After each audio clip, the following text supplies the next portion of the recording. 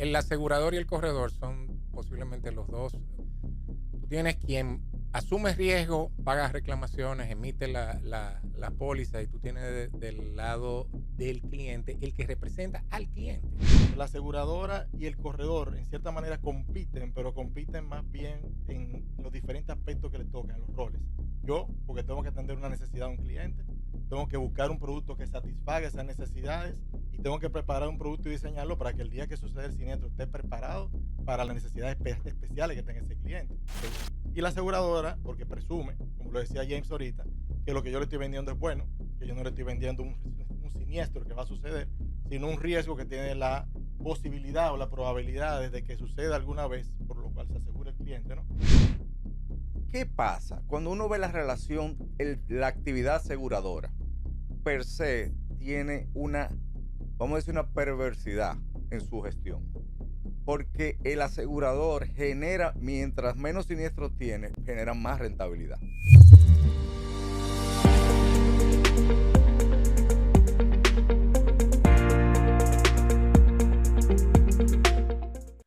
Bienvenidos de nuevo. Teníamos una pausita en un tiempo que no nos veíamos. Bienvenidos a su episodio número 13 de su podcast Vamos a lo Seguro. Y tenemos hoy un plato fuerte, señores. Realmente nos tomó un poquito de tiempo, pero lo logramos. Y vamos a traer hoy, tenemos dos invitados, dos personas que gozan de un respeto, de una estima, de una valoración elevadísimas en el sector asegurador, y que forman parte, cada uno jugando su distinto rol, son los dos de los eslabones principales en la cadena de valor de la industria del seguro. Y estamos hablando de un asegurador y un corredor de seguro. Y la relación que se da entre entre estos entes en la industria aseguradora es lo que vamos hoy a hablar. Y tenemos aquí hoy a James García Torres. El orden de la introducción no obedece a nada, quizá un poquito es a la edad, ¿verdad? Sí, empezaste por los más jóvenes, evidentemente. Sí, tenemos James. Imagínense, James es una persona que tiene en el sector tantos años, él va a decir cómo entra el sector, etcétera, pero pasado presidente de la Cámara Dominicana de Aseguradores y Reaseguradores, presidente de una de las aseguradoras más importantes de la República Dominicana, que es Seguro Sura, y puedo decir que amigo personal, ¿eh? Así que realmente nos sentimos muy, muy regocijados de estar, de contar con tu presencia. Así que Villa, tú tienes que decir quién es nuestro otro invitado. La otra persona es una persona muy querida en la industria del seguro. Lo conocí cuando empezó como trainee en una compañía de seguros para la cual trabajamos ambos. Y luego se nos fue para el área del corretaje. Hablo del amigo Carlos Nieto. Carlos, quisiéramos saber, Carlos, ¿cómo tú te inicias en las lides de esta actividad del seguro? Bueno, muchas gracias primero por la invitación y por compartir con ustedes, dos grandes amigos y colegas de tantos años. La realidad es que yo creo que como muchos, ¿no? Por casualidad, sin querer. El otro día nos invitaron a una universidad acá a hablarle a los estudiantes sobre el seguro, porque todos se inclinan por la banca o ahora por el mercado de valores, pero nadie habla de seguros. En ese entonces era peor. O sea, todavía nadie conocía, o yo no conocía básicamente lo que era el sector. De hecho, yo iba a trabajar en la banca. Y cuando me llevan a la Nacional de Seguros, pues yo digo, bueno, aquí estoy ya. Y comencé a trabajar ahí a los 19 años de edad, en el 86. Uf. Ha pasado un tiempo. Sí, hace un par de días. Y es importante anotar que, a excepción de quien les habla, los tres que están aquí conjuntamente conmigo son de la otra generación que me siguió a mí. Yo soy una generación que inició en los 70, 74. Y aquí ustedes van a ver la dinámica de esta generación con respecto a la mía. Y realmente, pues, aquí vamos a aprender muchas cosas. Con mi amigo Jen, que fue mi presidente cuando era presidente ejecutivo de Cadoar, y el amigo Carlos Nieto. Y James, dinos tú, James, ¿cómo tú entraste al sector y hace cuánto?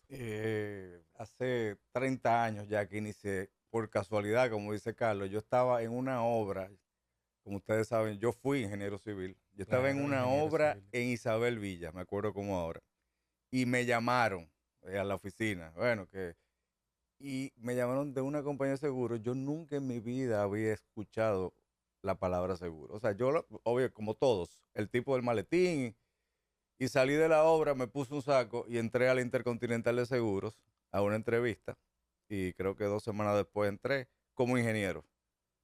Me vine a tocar, a sensibilizarme en el seguro ya un par de años después. Y como mucha gente dice, después que uno entra, Sí. es muy difícil que se salga porque es apasionante. Entra si quiere y sal si puede. Sí, es así. James, nos gustaría un pequeño, te vamos a robar un pequeño espacio. ¿Qué hace un ingeniero en una compañía de seguro? Porque de verdad, yo me pregunto, o sea, uno habla de un abogado, de un contador, de un médico, porque trabajan muchas veces en el área de salud, pero un ingeniero, ¿qué hace un ingeniero en una compañía de seguro? Básicamente, la clave del seguro, de la mutualidad que nosotros manejamos, es la transferencia de un riesgo que tiene un cliente, una persona, una industria, hacia una aseguradora que a cambio de una prima adquiere el riesgo. Pero obviamente lo adquiere, quisiera tener un riesgo que cuando ocurriese fuese accidental, súbito o imprevisto. Cuando un ingeniero va a verificar que no es una certeza el siniestro, sino que realmente es un riesgo y que ese negocio tiene las condiciones suficientes para ser asegurado. Entonces, eso hacemos no solamente, mucha gente piensa en una industria, pero lo hacemos desde inspeccionar una embarcación, un avión, un predio para una responsabilidad civil.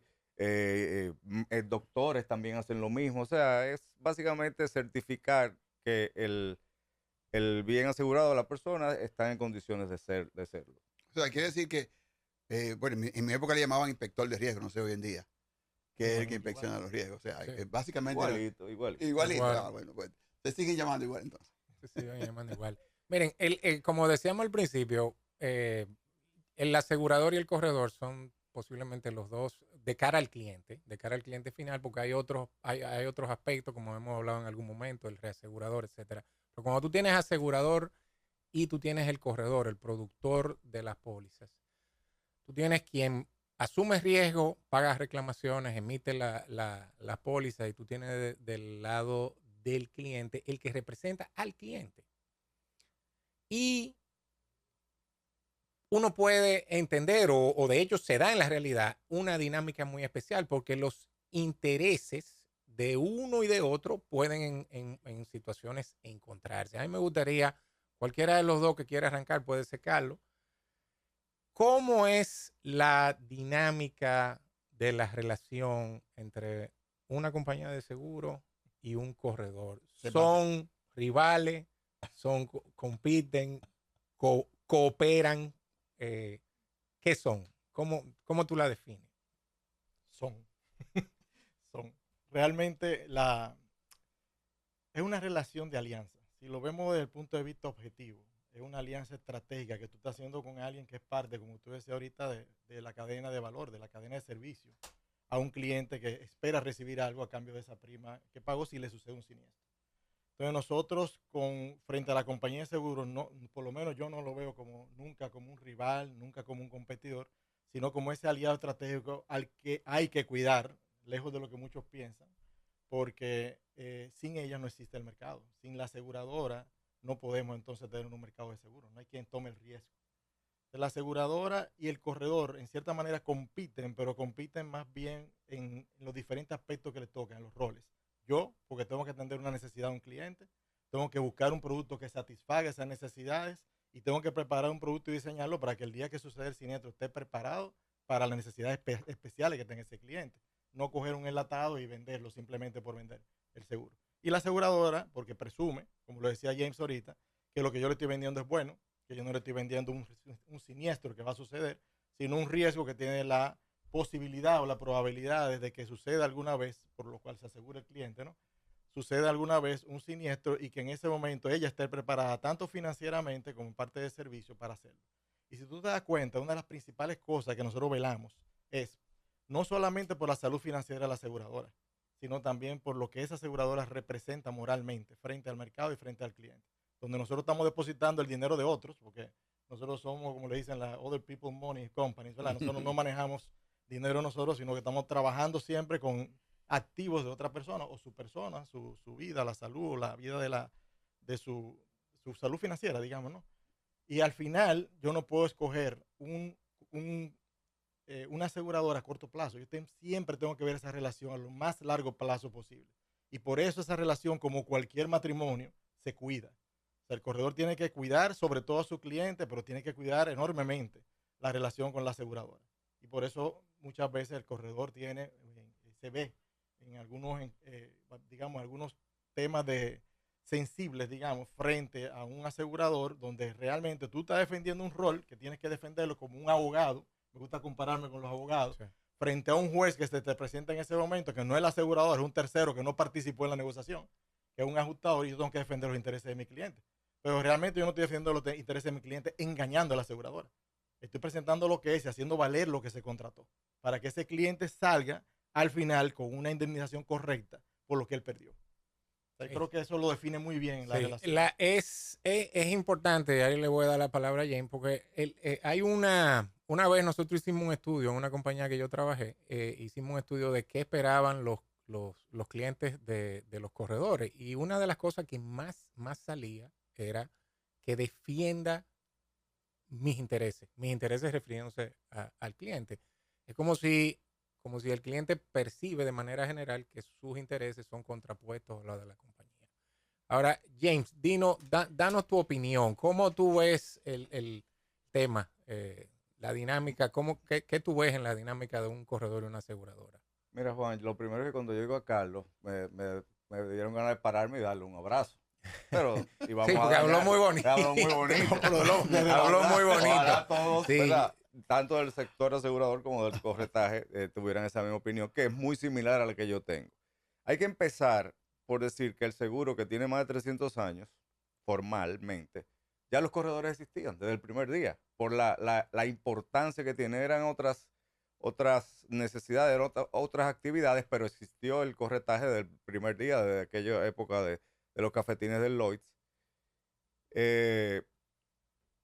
¿Qué pasa? Cuando uno ve la relación, la actividad aseguradora, olvidémonos del corredor por un momento, la actividad aseguradora per se tiene vamos a decir, una perversidad en su gestión.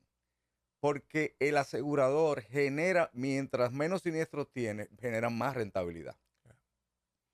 Entonces, uno como asegurador, y acá hablo de la moralidad, sí, uno es serio y cumple con sus compromisos, pero eso es antinatura de un negocio. El negocio, realmente, mientras tú más vendes y entregas la mercancía, ganas más. Y si tienes una buena dinámica de gastos y costos. En el seguro, yo te entrego una promesa de pago, pero mientras menos te pago, gano más. Entonces, de entrada, ahí hay como una especie de perversidad que no todo, vamos a decir que el sector de asegurador americano es un sector muy serio, muchas de las compañías, pero históricamente, y no hablo solamente de Dominicana, sino del mundo entero, esa relación ha deteriorado los intereses de los asegurados, que son los que pagan la prima. Entonces, el corredor fue un papel extraordinario, porque el corredor ciertamente debe defender los intereses del asegurado, ciertamente, dentro de un marco de actuación que la póliza lo define muy claramente y dentro del conocimiento de la calificación del asegurador y ese tipo de cosas. Pero la realidad es que somos parte, y tú lo dijiste, somos dos elementos de la cadena de valor con intereses genuinamente diferentes, pero al final del día todos buscamos, de nuevo, satisfacer una necesidad que tiene un individuo o una empresa. Entonces la relación siempre se tiene que dar. Yo he escuchado mucho, porque tal aseguradora quiere quitarme el cliente y quiere hacerlo directo. Nosotros hemos hecho algunos análisis en la empresa en la que yo laboro del costo de tener clientes directos. Es impresionante, es impresionante. O sea, lo que tú tienes que dedicar en servicio a ese cliente directo es inmenso. Entonces, es un mito que hay un costo adicional, que el corredor sencillamente está fungiendo un papel que es muy necesario para el ecosistema en el que estamos trabajando, sin duda, sin duda. Y que lo importante, diría yo también, es que siempre ese intermediario, sea corredor, agente en general, lo que sea, agregue valor en el proceso. Porque la finalidad no es vender y hacer una cartera nada más. Eso es fundamental en el negocio. Pero es sostener esa cartera en el tiempo. Entonces, para tú sostener una cartera en el tiempo, vale más la reputación que tú puedas crear en ese tiempo. Porque la misma aseguradora lo hace, igual que hacemos nosotros. Por eso las aseguradoras pagan. Si no, no pagaran. Porque inmediatamente dejas de pagar, el mismo corredor deja de producirte. Pero cuando hay corredores que no son o que no están preparados profesionalmente y te venden cualquier cosa, entonces ahí no están haciendo la labor de corredor. Ahí mejor ve y compra en un puesto cualquiera una póliza y dice, bájame una póliza de auto del mostrador como si fuera un colmado y ya con eso me arreglo. No, el corredor hasta en las pólizas individuales, que pareciera que no se necesita consultoría, tú tienes que seleccionar bien cuáles son las pólizas que tú necesitas o que ese cliente necesita para el momento del siniestro. Fíjense en las inundaciones. Habían clientes con pólizas que creían que eran full y no tenían la inversión cubierta o la tenían nada más 50%. Entonces, cuando tú estás vendiendo un producto, aún sea masivo el producto, tú tienes que preparar un producto que tu cliente realmente pueda usar al momento del siniestro de manera satisfactoria y no sentirse engañado con él. Sí, yo siempre he dicho que el corredor es el muro de contención entre el cliente y la compañía de seguros. Cuando hay situaciones de enfrentamiento, por ejemplo, en el caso de los reclamos y eso, porque el corredor es que ayuda al cliente a entender la situación. O sea que, de hecho, yo siempre he visto al corredor como siempre he sido asegurador, nunca he trabajado en el área de corretaje, pero siempre he visto al corredor como un aliado de la industria del seguro. Que aunque, como dijo James, hay algunos que pueden decir, yo quisiera mejor que el negocio sea directo porque me voy a ganar la comisión, pero realmente al final, cuando tú tengas un reclamo con ese cliente, tú no vas a tener quien sea la persona que haga la intermediación entre el cliente y la compañía. Un tema, ahora que tú mencionaste comisión y Jane usó un término interesante que es perversidad. Entonces, ¿cómo se puede? Es algo propio igual de la actividad aseguradora. Pero no sé, Carlos, ¿a ti alguna vez te ha pasado porque fíjate esto, el corredor representa al asegurado y sirve de filtro, sirve, como digo yo, de igualador del terreno de juego entre el asegurado y la compañía de seguro? Entonces, uno como corredor representa al asegurado, pero quien le paga al corredor es la compañía, vía una comisión que sale de la prima, un costo de adquisición, es un incentivo vamos a decir, al distribuidor. Eso en tu experiencia, porque tú tienes más años que yo en esto, eso a ti algún cliente, tú alguna vez te has tocado con un cliente que te ha puesto eso como algo, mira, tú no me representas a mí porque yo no soy que te pago, quien te paga es la compañía de seguro, ¿qué?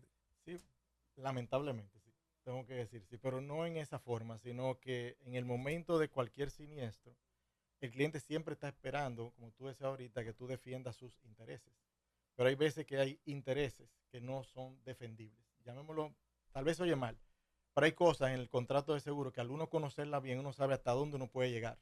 Y ahí es que viene la importancia de tú conocer bien las pólizas hasta el final, ¿no? Bien, bien profundamente, porque es como las leyes. El abogado que pueda conocer las leyes profundamente es el que mejor puede defender a un cliente. Así es. No el que se conozca una ley, que se conozca todas las leyes, donde sepa dónde tú puedes realmente tomar para anclarte en algo y pelear un caso cualquiera.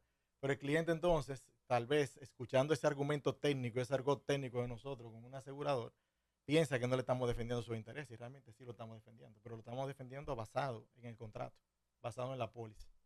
Nosotros, mira, hay algo que fue una experiencia, yo diría, dolorosa en cierto sentido, porque fue un colega, pero cuando un corredor quiere defender tanto a un cliente que pisa el terreno prohibido del fraude o de engañar a la compañía de seguro, está faltándole a toda su cartera de clientes.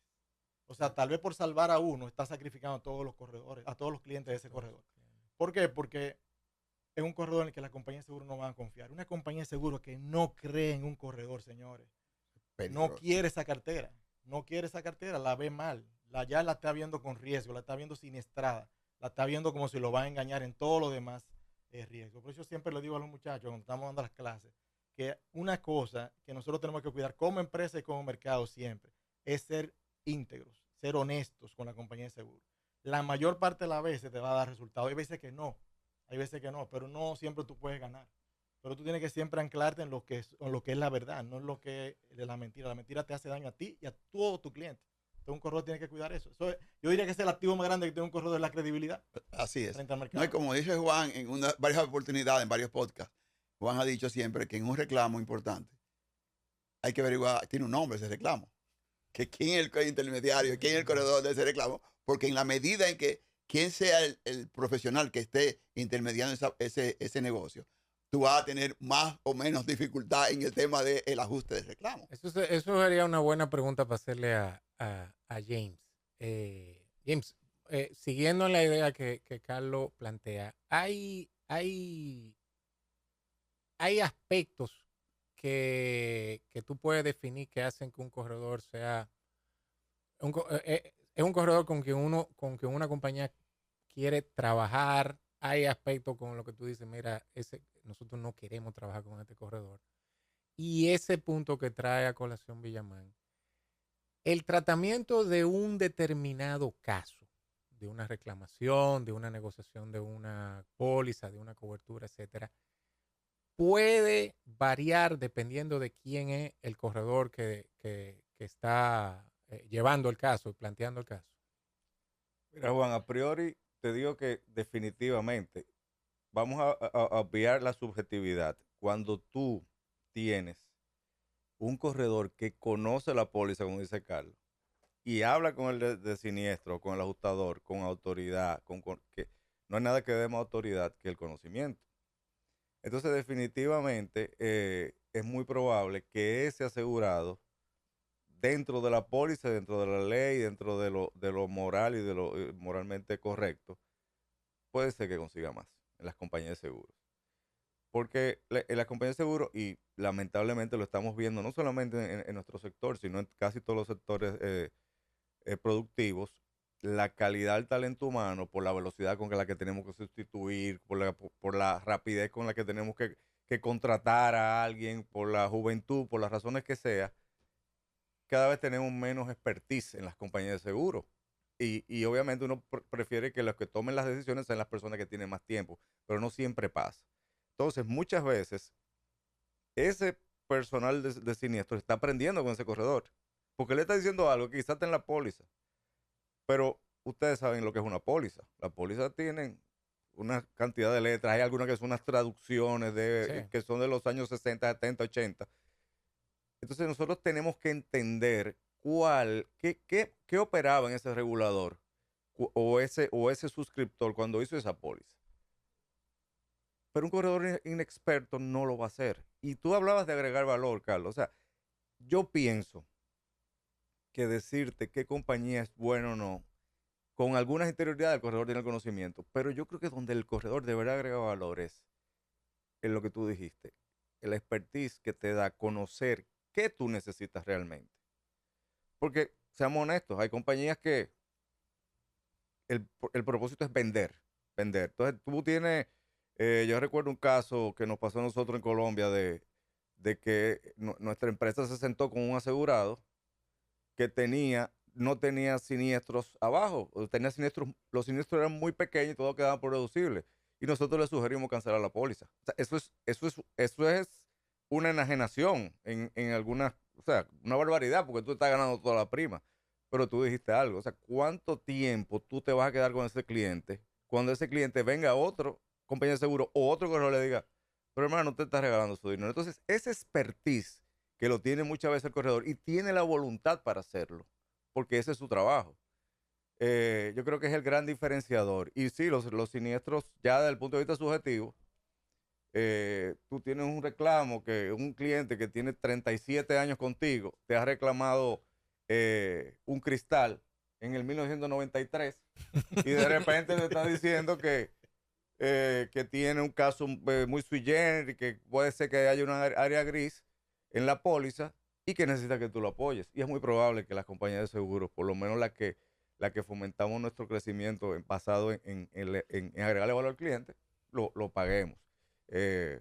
Y como todo en la vida, hay compañías de seguro que son más diestras a la hora de pagar, otras que menos. Hay ajustadores que entienden que su trabajo, y para lo que no lo sabe, el ajustador es el famoso juez del que hablaba Carlos, que es un ente externo, tercero, entienden que su papel en la vida, porque también le pagamos las aseguradoras, es poner el reclamo complicado, pero hay otros que son objetivos y certeros y entienden la importancia que tiene el cliente para las aseguradoras y para los corredores. Ven acá. Y tomando algo que dice James, Carlos, en tu opinión, tú has hablado mucho de contrato y James aquí ha hablado ahora de aspectos que son ya no tanto de contrato, sino un poquito más subjetivos y cosas. En el mercado dominicano, en tu opinión, es una opinión, no estamos hablando de hechos, estadísticas. ¿Tú crees que las compañías de seguros en general pagan más allá de lo que el contrato establece o lo contrario? Más allá no creo. Mire, y es por diferentes razones. Cuando el asegurado está bien asegurado, le hace que sus valores están correctos, que su póliza es la que debe tener, la que tiene las coberturas que él necesita, que tiene las pólizas que también él necesita, porque hay clientes que tienen lamentablemente riesgos sin cubrir, se le paga lo que debe ser. O sea que el cliente debe en ese momento solamente aportar el deducible que tiene la póliza. Pero ¿qué pasa? Y no en nuestro país, lamentablemente, es un mal, según todos en Latinoamérica entera, está el infraseguro. Entonces ya cuando hay un infraseguro, cuando el cliente está asegurando por debajo de lo que debe de asegurar, que es algo que el cliente no entiende, lo voy a repetir 1000 veces, el cliente, nosotros que estamos aquí conocemos lo que es el infraseguro. El cliente no entiende que su póliza, estamos hablando de la de incendio, la de auto, Pólizas de propiedad. la que tenga propiedades, es asegurar, debe ser asegurada por un valor que representa esa propiedad o ese bien asegurado, no hasta un valor. Porque el tema es que el cliente piensa, y eso es normal que lo piense porque no conoce esto, que si él tiene asegurado 100, aún valga 500, la pérdida hay que pagársela hasta 100. Entonces, esa cláusula de infraseguro tan lesiva está ahí por la ley de los grandes números del seguro, porque se necesita cobrar las primas que correspondan según el riesgo que está expuesto, no el riesgo solamente asegurado. El cliente no lo entiende. Y lo peor de todo es que, me metí en infraseguro, pero voy a volver a la pregunta. Lo peor de todo es que la mayor parte de las veces, con excepción de autos y de las mercancías, no tiene manera de poder validar que su valor asegurado está correcto. ¿Por qué? Porque, bueno, aquí no tenemos un índice, por ejemplo, de precio de las maquinarias, que es el rubro más difícil de revaluar en sí. una industria. Tú no lo tienes. Tú tienes publicaciones del Instituto de Tasadores de los metros cuadrados de cuánto cuestan en la construcción. Y eso te ayuda. Y cuando tú a un cliente le dices, mira qué tan lejos tú estás en la construcción, el cliente revalúa, porque el cliente no quiere verse afectado con la cláusula de infraseguro. Pero en maquinaria es casi imposible que lo haga, esa es la industria. Entonces, para contestar tu pregunta, las aseguradoras, las buenas, me perdona que diga las buenas, pero para mí las buenas son aquellas que alguien más dice que es buena, no que yo le digo que es buena, sino que hay un organismo calificador que está diciendo las condiciones financieras y de solvencia que está esa aseguradora. Las buenas pagan realmente lo que es, lo que debe de pagarse según el contrato. Que el cliente se sienta que le están pagando menos, entonces es por casi siempre por el tema del infraseguro o porque no se contrató una póliza que el cliente necesitaba. Pero de ninguna manera yo siento, con excepción de algunos casos, como decía James ahorita, un cliente X que realmente tiene una situación Y, por ejemplo en auto a cada rato, ¿no? Bueno, mi vehículo se chocó, se dañó, no llega al porcentaje que debe de liquidarse, pero yo quiero que me lo liquiden. Entonces, eso es una decisión ya comercial que se toma con la aseguradora y que ahí tú dirías, bueno, está pagando de más, sí, pero de más con respecto a lo que dice la póliza, pero no de más con respecto a lo que realmente el cliente está sufriendo. Tiene un carro que estaba en unas condiciones X y que después del accidente nunca más será X, será XY. Está bien. Así es. Y Jane, piensa, tú tienes una opinión. Uno de los grandes defectos de los muchos que tengo es que a veces digo cosas que no debería decir y creo que pues lo siento cuando lo voy a hacer. Creo que está llegando ese momento y es muy doloroso, pero la verdad es que si tú te pones a tomar póliza por póliza, yo diría que el mercado dominicano es un mercado que históricamente ha pagado menos de lo que debería. ¿Por qué? Yo me baso fundamentalmente, hay una imposición muy dura de los aseguradores que tenemos todas las aseguradoras, que es el deducible catastrófico. Deducible catastrófico, que cuando tú le estás vendiendo a un cliente 2%, 2% no es nada. Pero cuando tú tienes el siniestro y tú te tocas con un deducible de 3 millones de pesos y tu reparación cuesta 3.200.000 y tú estás pagando 3 millones de pesos en prima, o sea, la ecuación es difícil. Muy difícil. Y lo digo porque lo he vivido con mis clientes y he tenido que explicar y es muy difícil de entender. Pero es algo que no nos podemos escapar. Inclusive nosotros en algún momento hicimos un análisis de cómo podíamos nosotros hacer una póliza que cubriera ese deducible, pero bueno, eran unos montos exorbitantes. Pero tomemos el caso de auto. Ustedes todos que tienen mucho tiempo en el seguro, yo que soy el más bisoño en términos de tengo 30 en el negocio, han oído la expresión el DPA no es gente. Cuando uno dice el DPA no es gente, es que si usted tiene un carro que tiene seguro de ley y lo choca un otro carro y se demuestra su culpabilidad, usted se convierte en un DPA, que son las siglas de daño a la propiedad ajena. Es un tercero. Entonces, en este caso, esa tercera persona, los aseguradores, históricamente, hemos dicho, el DPA no es gente. Léase que si la reparación son 175,000 pesos, nosotros ofrecemos 25,000 pesos. En sentido general, porque no habrán compañías que habrán vivido su vida entera de ese tema y hay otras que lo evaluamos seriamente porque vemos un potencial cliente ahí y porque esta persona sufrió un daño y porque mi asegurado compró esa cobertura. Pero cuando tú te pones a ver, esto tiene mucho que ver con las debilidades regulatorias, historias que hemos tenido, por el desconocimiento, porque mucha gente no tiene el corredor, saca un seguro de ley, lo puede sacar en una lotería, en una farmacia, en una estación de combustible. Entonces, sí, yo diría que en ese sentido sí. Ahora, si tú eres un gran empresario, si tú tienes, probablemente paguemos muy bien como mercado. Y esto no es dominicana, quiero que sepan, y ni siquiera es de Latinoamérica. La imagen del seguro históricamente a nivel mundial es, por lo que decía al principio, de que nos cuesta pagar, independientemente de que la póliza, por ejemplo, un siniestro, que yo lo puedo pagar en 5 días, yo lo pago en 2 meses, porque yo me gano los intereses. Entonces tú dices, te estoy pagando bien, pero en tú llevas eso hacia el valor presente, o sea, a lo que es justo, vamos a decir. Entonces, por ese tipo de cosas. Claro, y tú has dado un punto muy neurálgico con respecto a lo que es el daño a tercero, porque ahí no son nada más las malas, sino también las buenas que tienen la misma práctica, ¿no? Y yo creo que es algo también que nunca voy a poder comprar, que aunque la póliza diga que es cuando el asegurado sea legalmente responsable a pagar, o sea, cuando ya la Suprema diga que tiene que pagar, si usted está llegando a un acuerdo amigable con ese tercero, no es justo ofrecerle un 25%, un 10%, 30,000 pesos por algo que realmente no va a poder hacer nada para reparar su vehículo. Cuando el asegurado compró una cobertura de responsabilidad civil para cubrir los daños que ocasione a un tercero. Eso es muy importante, eso lo acaba de decir. Yo me refería más al tema del asegurado con asegurador, esa relación entre ellos dos, donde las aseguradoras yo siento que sí siempre pagan lo justo, las aseguradoras buenas. Sí, ahora Jane ha traído un punto muy bueno. Y es algo muy responsable de parte de James.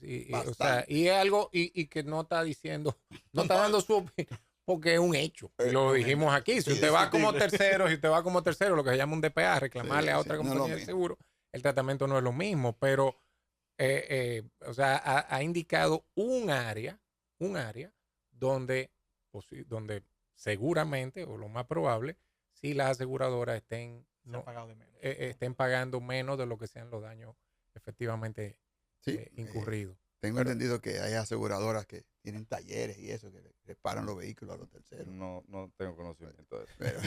yo tengo hay alguna que han puesto su taller y tú le mandas el tercero y ellos lo reparan, pero o sea, en sus condiciones. Yo recuerdo, señores, y escúchame que abra un poquito más de tema. Yo recuerdo un caso, es una historia. Nuestro gerente regional en la zona norte estaba en su oficina y va entrando a un amigo. Y el amigo viene a asegurarse a nuestra empresa. Y se saludan. Y él dice que va a asegurar un vehículo allá. Entonces le dice que él lo va a hacer por porque se enteró que él estaba trabajando, nuestro gerente regional estaba trabajando allá. Porque a pesar de que su otra compañía lo había tratado bien, porque le habían liquidado una camioneta y se lo habían pagado de inmediato, y él le sorprendió y que se la pagaron rápidamente en 7 meses. Entonces, para que estemos entendiendo. Y obviamente nosotros estamos en un mercado de 33 compañías de seguros. La mayoría de ellas trabajan automóvil, porque depende de cómo tú manejes ese producto, puede ser muy lucrativo. Cuando tú tienes una liquidación que te toma 7 meses pagarla, hagan un ejercicio, tomen 10 millones de pesos, inviértanlo por 7 meses y luego sáquenlo y paguen.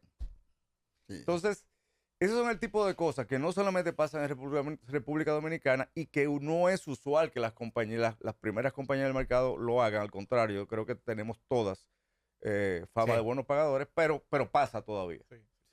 Yo tengo que decir que sí, que en general en la relación cliente directamente con su aseguradora, es decir, no cuando uno es un tercero. Mi experiencia del tiempo que tengo, tanto como cuando fui asegurador como corredor, es de que las aseguradoras pagan bien. Sí. No podemos irnos de aquí sin tratar un tema de mucha actualidad. La modificación de la ley 14602. Vamos a preguntarle a James. James, ¿cuáles son las modificaciones que tú entiendes son las más trascendentales que se están proponiendo en el documento? Uf, qué alivio. Yo pensé por un momento que tú me ibas a preguntar si se iba a modificar la ley. Gracias a Dios que no me preguntaste eso. Gracias, Villa. Te respeto y te sigo queriendo muchísimo por ese tipo de detallitos que has tenido siempre conmigo. Mira, la ley da un giro radical a lo que tenemos hoy. Es una ley muy colegiada. Vamos a decir que trabajó el regulador, los corredores trabajaron una parte, los aseguradores trabajamos otras. Yo creo que hay muchísimos temas relevantes y muchos de ellos técnicos, pero yo creo que lo más importante son introducir el concepto de solvencia 2 en su pilar 2, que habla mucho de gobierno corporativo. Comenzar por tener un buen gobierno corporativo, eso es importantísimo. También la barrera de entrada de otros colegas, porque nosotros manejamos fondos, como bien dice Carlos Nieto. Nosotros somos una empresa de índole financiera y manejamos fondos de terceros. Entonces, ahora mismo tú con 500,000 pesos y 2 Coca-Cola, perdón el patrocinio, pones una compañía de seguro. Entonces, con 8 millones que tiene ahora mismo. 8 millones y medio 8 o millones. medio millón de dólares. Sí, 8 millones. Te va con Es 8 insuficiente, claro. Eso,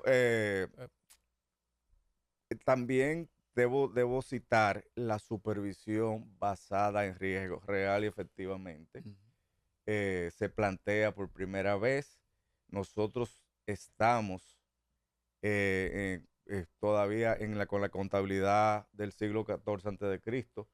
Eso tiende a hacer que las compañías sean más débiles financieramente. Pueden hacer, y yo creo que hay muchas de las compañías más grandes que buscamos de alguna forma autorregularnos, elevar los niveles, los índices de solvencia, de liquidez, preocuparnos por tener un patrimonio sólido, ¿verdad?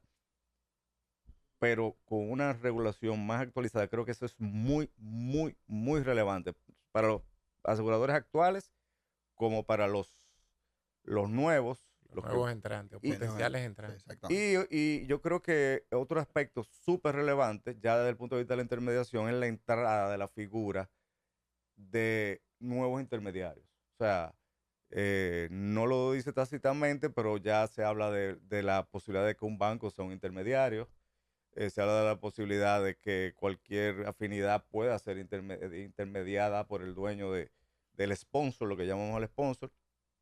Que eso de alguna forma puede crear ciertas ronchas, pero lo que hace es transparentar algo que de alguna forma pudiese estar ocurriendo. Pudiese. Sí. Yo quisiera agregarle que ¿no? yo sé que se le pasó. Una de las cosas más trascendentales que yo estoy viendo en el tema de la modificación es la inclusión de un gobierno colegiado en la gobernanza. En la superintendencia. En la superintendencia. Eso para nosotros el sector es muy interesante, muy, muy bueno. Ahora, Carlos, y no como una posición oficial de ninguna entidad, etcétera, pero tú has trabajado algunos aspectos de la modificación. Hay temas que a ti, desde el punto de vista del consumidor, te preocupan, o desde el punto de vista del canal de distribución, de la figura en sí del corredor. No, yo de hecho creo que, y voy muy de acuerdo con lo que decía James, porque al final, si la industria está bien protegida, está correctamente regulada, es una industria que va a dar cabida a que realmente se haga el negocio como debe ser. Hoy día adolecemos de muchas cosas y que permiten que haya jugadores que no deberían de estar. Y eso lo digo responsablemente, aunque no sin nombre, ¿no? Pero, o sea, donde el cliente esté protegido, nosotros siempre vamos a estar de acuerdo. Porque el cliente, al fin y al cabo, y no por decirlo, sino porque es así, el cliente es la razón de ser de todos nosotros. Si hay una gobernanza, si hay una gestión de riesgo ya de parte de la aseguradora más firme, más basada en principios como el de Basilea, etcétera, pues al final de cuentas quien gana es el sector completo, o sea, la industria junto con el cliente que la acompaña. Para la parte de la intermediación, yo lo que veo, y eso lo hemos visto en las diferentes vistas, es que definitivamente faltan algunas cosas porque se está dejando mucho a reglamento. Y eso realmente, pues, no lo puedo negar, me genera mucha inquietud. Es verdad que hubo una ley en marco, pero yo encuentro que es demasiado marco para mi gusto en ese sentido, pero que sí da la oportunidad de que se hagan mejores cosas para primero poder profesionalizar más siempre al sector. O sea, que el corredor o la firma de corredores, porque estamos hablando también de personas físicas que ejercen este negocio, pues tenga que realmente que profesionalizarse, tenga que agotar cierta cantidad de horas al año de preparación, y no simplemente ir a la deriva con los conocimientos que tal vez tuvo alguna vez o que tal vez no tuvo ninguna vez. Porque todo el que se queda sin empleo aquí se mete a corredor de seguro, dicen. Sí. Es muy fácil de entrar ahora mismo a ser corredor de seguro, a ser intermediario. Es duro, uno tiene que lidiar a veces con eso. Si se cumpliera con lo que dice la ley, eso no pasa. No pudiera ser. Porque la ley tiene una serie de requisitos para ser corredor de seguro. Pero requisitos muy importantes. Pero se están introduciendo también en esta modificación. Se está siguiendo. Ahora, sí, pero yo veo, Villa, en las discusiones, yo a veces veo que cuando uno tiene la oportunidad de poner, ya utilizó la palabra barreras de entrada, vamos a utilizar requisito de capital para alguna firma de corredores. Yo a veces veo como que en el sector nuestro, y mira lo que tú dices, Carlos, cualquiera que pierde el trabajo se quiere meter a corredor. Sí, entonces, pero cuando se te presentan la oportunidad de tú establecer requisitos, bueno, espérate, porque es que hay que pensar que hay que el corredor de tal, o sea, si hay que, o sea, uno no puede tener como decían el vaso lleno. Sí. No voy a decir, porque hoy en día ya no se puede decir eso. Pero lo entendiste, o sea, tú sí, y quiero para realmente motivar un poco la preocupación del amigo Carlos. A diferencia de lo que tenemos actualmente como ley, la 14602, al tener un gobierno colegiado, va a permitir que las disposiciones, los reglamentos, las resoluciones que salgan de ahí van a ser bien consensuados. O sea, ese organismo que va a ser colegiado, se está pensando en 7 personas que lo integren. Yo creo que va a dar la oportunidad a que los actores de la industria pues tengan más oportunidades pues, de dar sus opiniones y sus contribuciones a esas normas. Porque el tema es que las leyes son rígidas. Entonces sucede que este es un negocio que está cambiante, señores. Estamos hablando de inteligencia artificial, estamos hablando de vehículos eléctricos, vehículos taxi aéreo, estamos hablando o sea, estamos hablando de muchas cosas que están sucediendo a nivel mundial que el seguro tiene que caerle atrás. Entonces, que hay una norma, la normativa no está actualizada para eso. Entonces, lo que estamos dejando es esa ley marco para que todo eso se pueda corregir de una forma más expedita. Es la tendencia en materia regulatoria. Sí, así es. Es una ley moderna en ese sentido. Pero al final no te puedo negar la preocupación que me genera siempre la creación de esos reglamentos, como tú dices, al ser colegiado, si eso realmente se aprueba como está dispuesto, pues va a haber mucho más garantía. Pero recuerdo que hay una ley muy reciente que fue la de tránsito y transporte, que llevaba, creo que son 300 y pico reglamentos, si mal no recuerdo. Y creo que todavía al día de hoy, eso del 17, bueno, los reglamentos no están emitidos todos. Y muchos de ellos son muy importantes para el fin que se buscaba. Sí, porque a veces tú tienes la ley y si tú no haces el trabajo. no Mira, por ejemplo, pusieron de ejemplo en estos días la ley de migración, que después que se promulgó tuvo casi 7, 8 años para que salieran los reglamentos. Y en el la de lavado de mismo- activos también. Yo pienso que todo esto que nosotros nos llama atención de la ley es muy relevante para el asegurador y el corredor. Ahora bien, hay un efecto inmediato en los clientes en el anteproyecto de ley o el bosquejo que se ha hecho, y es el pago de la prima. Ese Creo es que el un- artículo ese es un 81, el que actualmente que habla de 120, hasta 120 días, el artículo 120 del nuevo proyecto habla de 45 días, que no es menor la diferencia. Estamos hablando de 75 días menos. Cuando tú tienes un cliente, todos los clientes lo van a sentir.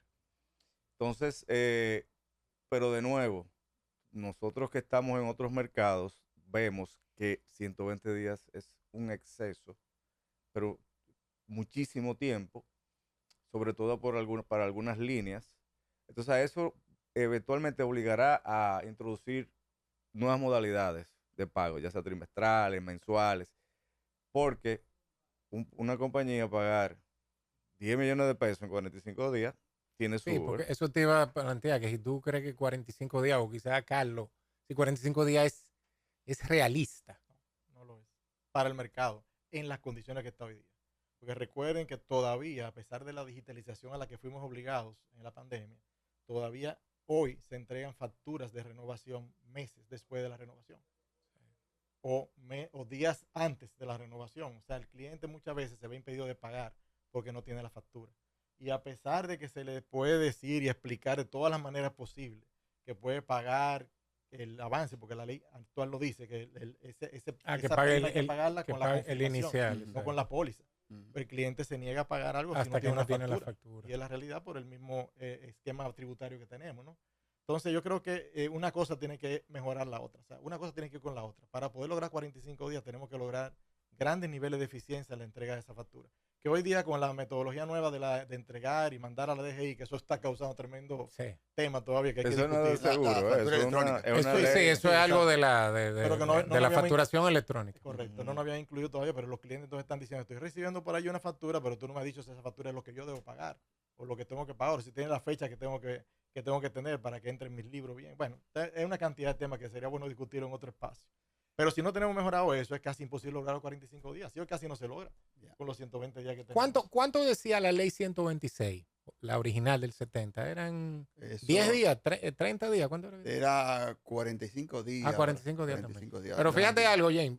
En el 2003, cuando se promulgó la ley actual, la ley 146-02, en el 2002, la antigüedad de la cuenta por cobrar del sector asegurador andaba por 270 días, con una ley que decía 45. Sí. Y cuando se fue en la ley actual que se manejó hasta 120, pues el efecto fue que la antigüedad de la cuenta por cobrar cayeron. O sea, se dio más plazo, pero la antigüedad de manera efectiva bajó. Sí, lo que y pasa se es metió que, dentro de los 120. que la ¿sí? 126 no, o sea, te decía 145 días, pero permitía, no recuerdo bien la redacción, pero permitía que el cliente la pudiera pagar. Es que no había cancelación. No, claro. no era por falta de pago. Por falta de pago. Tú La tienes que cancelación mandar- tenía que mandar Sí, la casa. esa es la situación. La modalidad de cancelación. Aquí, era, si no pagaste, no tiene No tiene cobertura. cobertura. como está actualmente. ¿sabes? Ahora dice que es nula de pleno derecho. Y el artículo, creo, si mal no recuerdo, es el 120 nuevo, prácticamente se mantiene. Tú tienes cobertura hasta donde tú pagues. Ahora, yo creo que eso va a dar oportunidad, si ocurre de esa manera, a que se genere otro vehículo de financiamiento de primas con tasas bajas, como lo tienen algunos colegas que tienen financiadoras de primas, porque lo no menos cierto es que, y Villamán, que es un maestro de las estadísticas, sabe muy bien que los resultados del PIG, la utilidad neta de la compañía de seguro viene prácticamente de los ingresos financieros. Lo que nosotros llamamos el resultado industrial, que es el resultado técnico más los gastos, es deficitario en este país. Es decir, que la operación en sí de seguro prima, menos gasto de adquisición, menos siniestro, menos los gastos asociados a eso, es deficitario. Entonces se compensa con el producto de las inversiones. Claro. Así es. Así es. Y de la inversión de las reservas. Entonces, hay que decir que también no es muy amplio el espectro de inversión de esas reservas. Está bastante limitada y regulada. Entonces, lo cierto es que cuando tú te comparas con, por ejemplo, tengo entendido, y no me lo tomen a pie juntilla, pero en Puerto Rico tú pagas a incepción de la póliza. O sea, cuando tú tienes la póliza, tú pagas. En Colombia son 45 días, por decir algo. Creo que en Panamá son 30 días. O sea, obviamente esto no va a ser un paso fácil de aprobarse, pero creo que 120 días es un periodo excesivo, sobre todo cuando tú tienes muchísimas pólizas que caen dentro de los periodos catastróficos. Tú sabes, Juan, cómo son los pagos trimestrales de reaseguro. Tú tengas pérdida, no tengas pérdida, de eso no importa. Tú tengas cliente, no tengas cliente, tú tienes que buscar $2 millones el martes a las 3 de la tarde. Entonces, es un negocio donde el flujo es muy importante. Yo le agregaría algo más. El costo de la cobertura catastrófica hay que pagarlo por anticipado. Sí. No hay financiamiento. No hay financiamiento. O sea, el reasegurador te dice son $3 millones, tú tienes que pagar. O sea, Independientemente que lo haya cobrado o no. Exactamente. Entonces, ese es un costo importante. Yo quisiera mandar un pequeño mensaje a los corredores de seguros. Y es el tema de no ver la compañía por el mejor precio de prima que te esté dando, sino por su capacidad financiera, por su situación financiera. Los corredores deben cuidar eso como una tacita. O sea, preocuparse porque las compañías de seguros ganen dinero. Porque si no ganan dinero es preocupante también. ¿Entiendes? O sea, realmente preocuparse porque las autoridades publiquen su índice de solvencia, el de liquidez, porque es una forma de también llamar la atención de las autoridades cuando vemos alguna alerta que produzca una compañía de seguro. Porque, señores, tuvimos en el 2003 una experiencia muy amarga y esperamos ya, cuando la compañía era inevitable, que la quiebra. Entonces, realmente quiero aprovechar el programa que está aquí mi amigo Carlos y James como asegurador, pero más bien para los corredores, de que pongan mucho ojo en ese tema. Y déjame decirte que es bueno que tú lo menciones, porque realmente, actualmente, fíjate que hoy día todavía no están publicadas las de este año. El índice de liquidez, el margen de solvencia no está publicado. No. El último fue el último cuatrimestre del año pasado. Nosotros como corredores, por ejemplo, tenemos 4 variables que tenemos siempre que estar evaluando las compañías de seguro. 1, su calificación en Fitch, en Best, nada más esas 2, ¿no? Básicamente, que sea mayor de A, principalmente mayor de A, a menos que haya por alguna situación X, como ha pasado, que haya en B por X, pero velar por eso. ¿Qué dice ese informe realmente de esa compañía? 2, el índice de solvencia, el margen de solvencia, el índice de liquidez.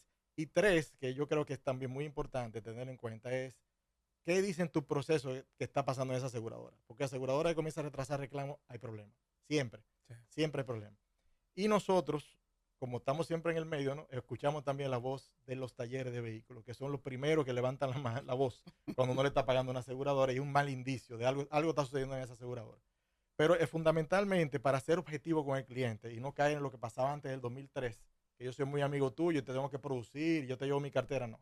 Aquí yo te doy mi cartera si tú estás garantizando que tu operación está correcta y yo la única voz que tengo para escuchar son esos organismos calificadores de riesgo y esos índices que publica la superintendencia. Sí, exacto. Fíjate, el mensaje de Villa vale. Ahora, la respuesta de Carlos es que si tú tienes, al final del día o en el fondo es, si tu corredor es profesional. O sea, se va a preocupar por eso. Se va a preocupar por eso. Ahora, si el que está por ahí, que lo que está buscando es atrás de una comisión, de un viaje, de una convención, de esto, de ayúdame con esto, la vaina, pierde la objetividad. Pierde la objetividad y dice, no, espérate, porque esto no pierde lo que se llama el equilibrio de la relación. Y entonces ahí sí se fuña la patineta. Porque usted no puede anteponer sus intereses personales como corredor o de su firma ante lo del cliente. Señores, en estos programas el tiempo realmente nos está pidiendo que realmente finalicemos el episodio. No lo acepto. No puede ser esto. Esto es demasiado corto. Así que le agradecemos tanto a James como a Carlos, y a Carlos como a James, por el orden de ahorita, porque empezamos ahorita con James. El más joven. Sí, el más joven, el bisoño. Realmente que hayan aceptado la invitación del podcast, vamos a lo segundo. Y que a los que nos siguen, pues, que vean este episodio, que es muy interesante porque son dos figuras que tienen un matrimonio que a veces se pelean, a veces pelean en pareja, pero que realmente es importante que haya una buena relación entre ellos. Así que, señores, gracias por su amable atención. Muchísimas gracias. Nos vemos. Gracias a en el próximo ustedes. podcast.